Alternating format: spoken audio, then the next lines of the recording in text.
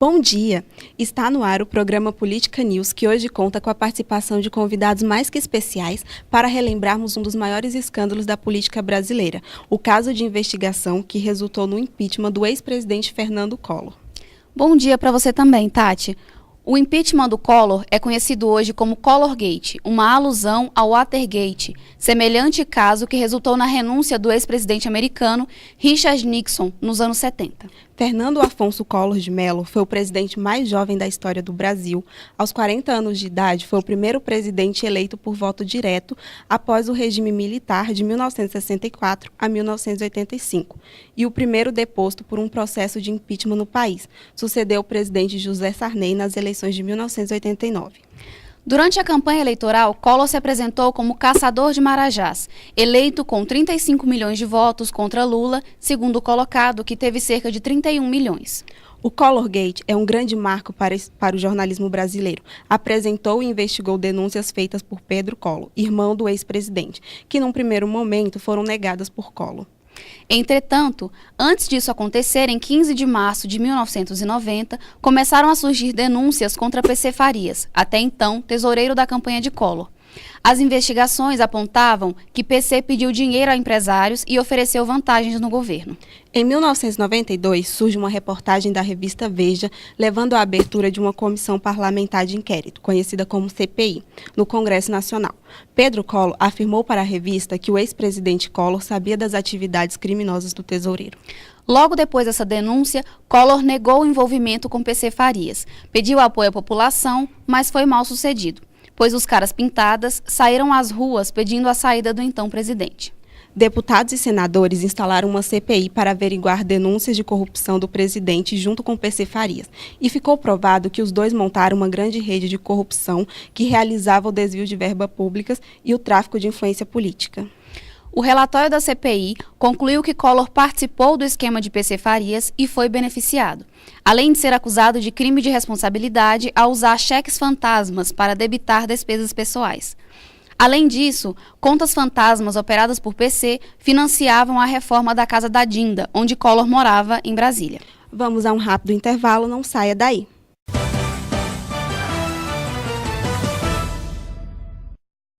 Oi.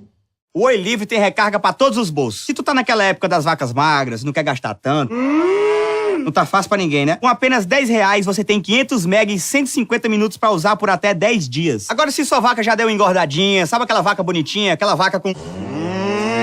assim, potente, sabe? Aí tu já faz logo uma recarga de R$20 e tem 1 GB de internet e 300 minutos pra usar por até 20 dias. Agora, se é época de vacas gordas, aquela vaca mesmo com pelo reluzente, aquele brincão de ouro no nariz, parece um rapper americano a vaca.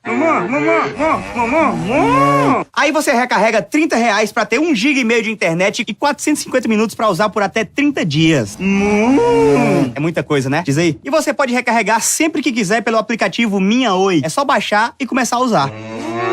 Oi Livre, o pré que você escolhe como usar. Oi. Oi.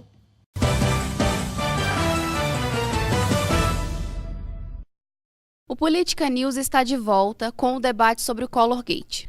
E para nos ajudar a entender melhor sobre esse assunto, recebemos em estúdio a ex-repórter da revista Veja, Gabriela Andrade, que participou da investigação do caso, a especialista política Jéssica Castro e o analista político Gabriel Barbosa. Gabriela, quanto tempo durou a investigação desse caso? Rayane, o processo de investigação durou cerca de 2 meses. Qual a importância desse caso para o jornalismo atual? Não se pode negar que o ápice do jornalismo investigativo aqui no Brasil foi o caso Collorgate. E se comparado ao Watergate, que foi nos Estados Unidos, produziu o mesmo efeito de exaltação nas redações. Em 1989, a Veja ela publicou uma reportagem dando total cobertura à campanha do Collor, que inclusive tinha até um slogan que era "Vamos colorir o Brasil". Agora, falando assim do que contribuiu para o processo de investigação do impeachment, foi o irmão do Collor, o Pedro Collor. Ele nos procurou acusando o irmão de manter uma sociedade criminosa com o então tesoureiro da campanha, o PC Farias. Ele disse que o PC Farias ele prometia vantagens indevidas e também fazia transações fraudulentas. e ocultava a verdadeira identidade dessas transações. Agora iremos conversar com a especialista em política, Jéssica Castro. Bom dia, Jéssica. Quais são as principais diferenças e similaridades entre os fatos políticos ocorridos durante os governos Collor e Dilma? Bom dia a todos. A Lei 1079, ela foi criada no dia 10 de abril de 1950. E essa lei, ela se trata do processo de impeachment, né? E ela foi assinada, né, pelo ex-presidente, né, Eurico Gaspar Dutra. E essa lei, ela não só serve para presidentes, como também para procurador-geral da República, governadores e ministros da Justiça. E no Brasil, nós tivemos 2 casos de impeachment. O primeiro, né, com o processo de impeachment do ex-presidente Fernando Collor de Mello, que foi em 1992, e quase 23 anos depois, a ex-presidente Dilma Rousseff também sofreu, né, o processo de impeachment, e ambos por questões similares, né, que foi, no caso, uma forte crise econômica no país. E também os dois, né, eles, depois da sua saída, depois que eles foram afastados do cargo, eles foram substituídos pelos vice-presidentes. E não se pode negar que a imprensa, ela maquiou, né, durante o governo de Collor. Ela não divulgava as informações que envolviam o presidente. E ela só foi divulgar todas as informações depois, né, da entrevista do Pedro Collor, irmão de Collor, à revista Veja. Aí, então, nós tivemos, né, o primeiro presidente feito e desfeito pela imprensa. E no caso da Dilma, sempre foi divulgado desde o início. E a diferença entre o mandato, né, de Collor e Dilma foi que o Collor, ele teve o maior número de manifestantes nas ruas. E a Dilma, ela teve também, só que em menos quantidade, e também teve aqueles que iam para as ruas contra o impeachment, né, dizendo que era golpe e tudo mais. E o processo, a saída do Collor foi unanimidade, e no caso da Dilma não foi, sendo um ponto positivo para o governo dela. E o Collor, ele teve alguns aliados, né, no Congresso. Porém, quando, né, surgiu esse processo de impeachment, né, que causou grande comoção na população, aí ele foi perdendo os aliados, né, ficando apenas 38, né, que foi dos votos que ele teve contra o impeachment e 441 a favor do impeachment. E a presidente Dilma, ela tinha a segunda frente parlamentar dentro do Congresso, e coisas que o Collor não tinha, e ela também teve também mais tempo, durante o processo de cassação do mandato dela, ela teve como, digamos, negociar, e o Collor não teve como, no caso. Desculpa. Vamos para um rápido comercial e logo voltamos para falar mais um pouco sobre os impactos políticos deste caso na atualidade. Não saia daí.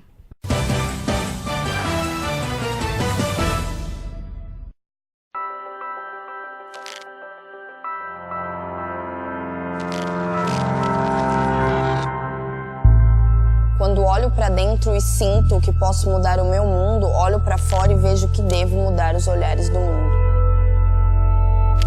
Enxergando muito além do que a vista alcança, qualidade e quantidade bota na balança. Resultado de quem tem um olhar que define autoestima e confiança, servindo de vitrine.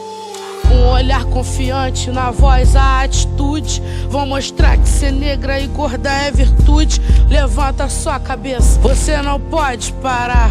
O que te define é o seu olhar.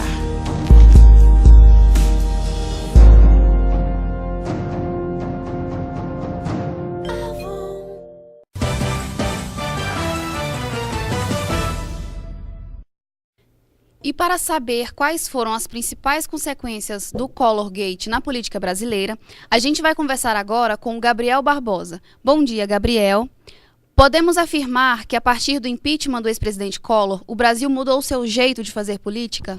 Bom dia, Rayane. Bom dia, Tati. A gente não pode dizer que o Brasil mudou o seu jeito de fazer política depois do impeachment de 92, né? Como todo mundo sabe, todo mundo está vendo na TV, esses escândalos, né, de corrupção ainda acontecem até hoje. Foi justamente por isso que o presidente Collor sofreu o processo de impeachment, né? Como as colegas já falaram, atos de corrupção, atos ilícitos, esquema de tráfico de influência. Então, todos esses motivos, né, levaram ao impeachment e acontecem até hoje na nossa política. Na época, à medida que os esquemas de corrupção eram revelados, a população ficou revoltada. Por que mesmo com essa revolta não houve mudança para esse jeito de fazer política? É importante que se diga que o impeachment ele é motivado, né, por vontade política, né? Não basta alguém chegar e dizer, isso é motivo de impeachment. Não. Mesmo que o impeachment tenha todo o embasamento legal, seja válido, né, seja coerente, se você não tem vontade política, não há impeachment. O impeachment é um remédio constitucional que ele só acontece se os parlamentares quiserem. Ou seja, o presidente tem que ter, né, aquela força no parlamento, no Congresso, para poder se manter no governo. Se ele não tiver uma base aliada forte, ele vai acabar caindo, né, que foi o caso dos 2 presidentes. Mas a população apoiou o impeachment por estar indignada, como você mesmo falou, né? Eles apoiaram isso e a partir do momento em que houve o impeachment do Collor, eles pensavam que a gente pensava, né, todos os brasileiros pensavam que a política ia mudar, que a partir do impeachment isso iria mudar. Mas a verdade é que o problema da política, ela está entranhada em todo o sistema político, não só em uma pessoa apenas. Não é apenas o impeachment que pôde salvar o Brasil, e foi assim em 92 e foi assim em 2016. A Lava Jato é o caminho certo para consertar os nossos problemas? Foi um grande passo e uma grande vitória, né, da justiça brasileira, a Lava Jato. Eu acho que a Lava Jato ela só pôde ocorrer através do fortalecimento das nossas instituições. Esse fortalecimento democrático, a quebra dessa cultura da política dentro das organizações. O Ministério Público e a Polícia Federal puderam se fortalecer e, a partir daí, instaurar processos realmente para lavar a corrupção do país, né? A mudar essa característica de uma política corrupta. E isso tem dado resultados bastante visíveis e que tem animado a população para que uma mudança realmente ocorra, essa mudança que não acontece pelo meio político, mas que pelo judiciário está acontecendo alguma mudança, né? O processo de 92 serviu como base para o instaurado no ano passado, que acabou afastando a ex-presidente Dilma Rousseff? Serviu como base sim, né? Os dois foram muito parecidos, né? Digamos que o de 2016, ele tomou o impeachment de 92 como base, porque para você entender bem como é que funciona, a Câmara dos Deputados, ela aceita ou não o pedido de impeachment. O presidente da Câmara, ele tem a prerrogativa de aceitar ou não o pedido de impeachment. A partir daí é criada uma comissão e os deputados vão votar se vai ser instaurado ou não o processo de impeachment. Aprovado, o processo segue para o Senado, que vai julgar o processo. E aí, numa sessão do Senado Federal, todos os senadores, essa sessão do Senado Federal, ela é presidida pelo presidente do STF. Foi assim em 92, foi assim ano passado com Ricardo Lewandowski, e acabaram sendo aceitos, né, e aprovados os 2 impeachments. Né? A diferença é que, como a nossa amiga falou, que nos 2 houve uma grande fragilidade, né, da política, tanto do governo Collor quanto do governo Dilma. Os 2 tinham uma base política fraca, né? A Dilma tinha uma base política muito forte, né? Aliados muito fortes. Depois que rompeu com o PMDB, ficou muito fragilizado e ela perdeu essa sustentação no Congresso. E aí, tanto é que perdeu o impeachment, né? O Collor, como ele tinha acabado de entrar no poder, né, ele não tinha essa sustentação política. Quando veio a Voz das Ruas, ele acabou perdendo. O PT não, o PT ele passou 12 anos no poder, 13 anos no poder, até perder toda essa força, né? Tanto isso se justifica pelas manifestações nas ruas, tanto de apoio quanto de repúdio, né? E isso acabou acontecendo e são fatos similares nos 2 casos de impeachment. Você acha que o Brasil vai deixar passar a oportunidade de mudar politicamente como fez em 92? Eu acho que em 92 o Brasil ele perdeu aquela oportunidade de fazer uma grande reforma política. E a palavra é essa, reforma política. Que eu acho que o que precisa mudar no país hoje é isso, é a reforma política. No entanto, quando a gente fala de reforma política, o Congresso ele sempre empurra com a barriga. Toda legislatura, entra ano, sai ano, os políticos falam em reformar a política do Brasil. Mas isso nunca vai para frente e as reformas que acontecem não são reformas. São mudanças pontuais aqui e ali que realmente não corrigem, né, o grande problema da política brasileira. Mas quando a gente fala em oportunidade, a gente está falando de uma oportunidade de mudar todo o sistema político brasileiro. E é esse sistema político brasileiro que sustenta a corrupção, todos esses atos ilícitos, o tráfico de influência. Esse sistema político brasileiro sustenta tudo isso e é por isso que, se o país não fizer essa reforma política de uma vez por todas, a gente corre o risco de sofrer outros impeachments ou outros processos ruins para a democracia no futuro. No programa de hoje, relembramos o primeiro processo de impeachment ocorrido em nosso país.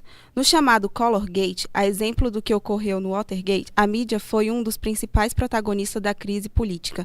Como todos podem se recordar, o escândalo teve origem na entrevista concedida pelo irmão do presidente, Pedro Collor, à revista Veja. A partir daí, com os desdobramentos do caso, que se transformou rapidamente numa crise política, a mídia, com destaque para os jornais de circulação nacional e revistas semanais, desempenharam um papel ativo na escalada do escândalo, através da prática de um intenso jornalismo investigativo, que terminou acuando politicamente o presidente, que, na possibilidade de ser afastado pelo Congresso, optou pela renúncia.